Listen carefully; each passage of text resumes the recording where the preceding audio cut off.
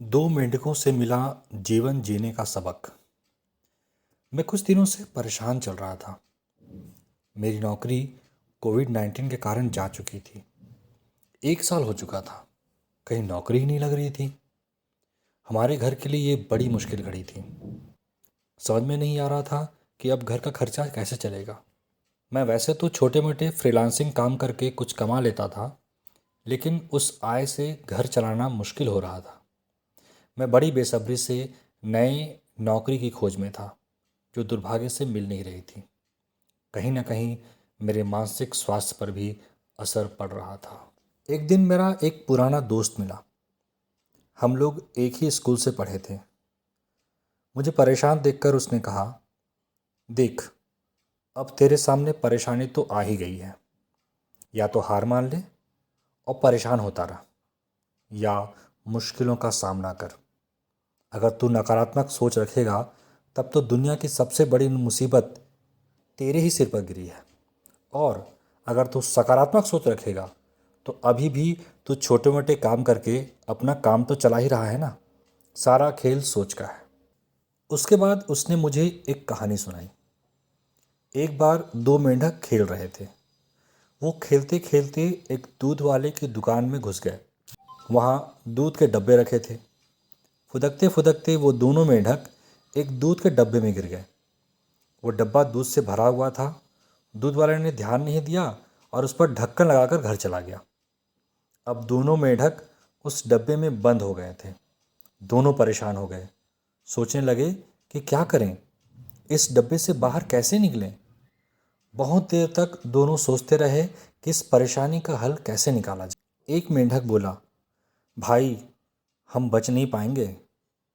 हम अब मर के ही यहाँ से बाहर निकलेंगे। हम इस दूध के डब्बे में बुरी तरह फंस चुके हैं। यहाँ बहुत अधिक देर तक तैरते रहना संभव नहीं है। हम इस दूध में डूबकर मर जाएंगे। हमें अब कोई नहीं बचा सकता।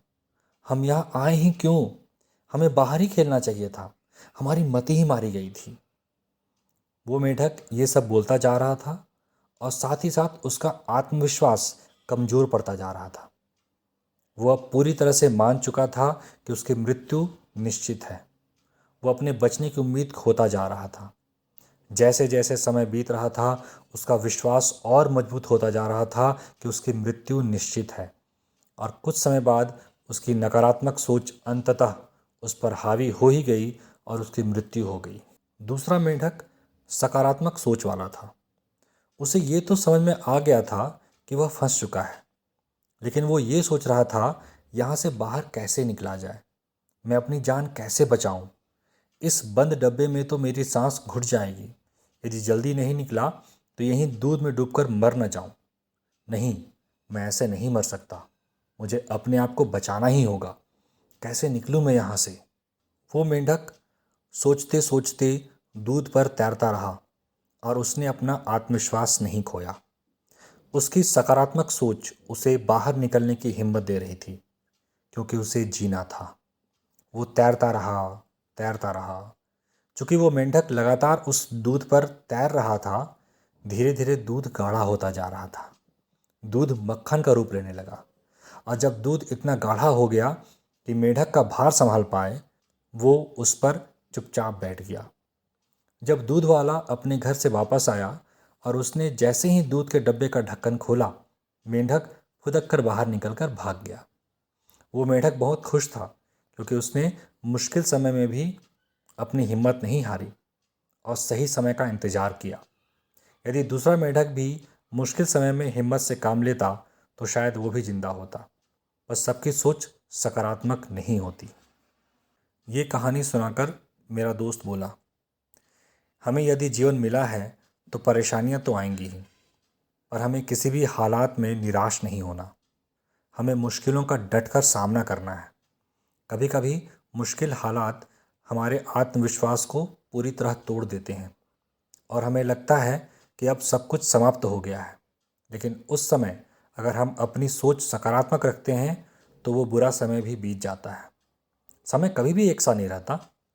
हमारी सोच समय की परिभाषा तय करते हैं, क्योंकि हम जैसा सोचेंगे वैसा होगा। उन दो मेंढकों की कहानी ने मुझ में एक विश्वास जगाया। और अपनी नकारात्मक सोच छोड़ते हुए मैंने निश्चय किया कि समय कैसा भी हो मैं हार नहीं मानूंगा। और हुआ भी वैसा ही। मुझे फ्रीलांसिंग में ही अच्छे क्लाइंट्स मिले और मेरी आय बढ़ने लगी। अब मैं ऑनलाइन स्पेस में अवसर देख रहा हूँ।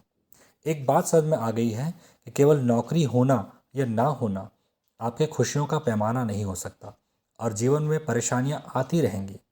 यह आपके ऊपर है कि आप उस स्थिति को कैसे देखते हैं। आपको ये कहानी कैसी लगी हमें ज़रूर बताएं। आप इस वीडियो को लाइक करके हमें प्रोत्साहित कर सकते हैं। इस यूट्यूब चैनल को सब्सक्राइब करें। अपनी राय कमेंट्स बॉक्स में दें। धन्यवाद।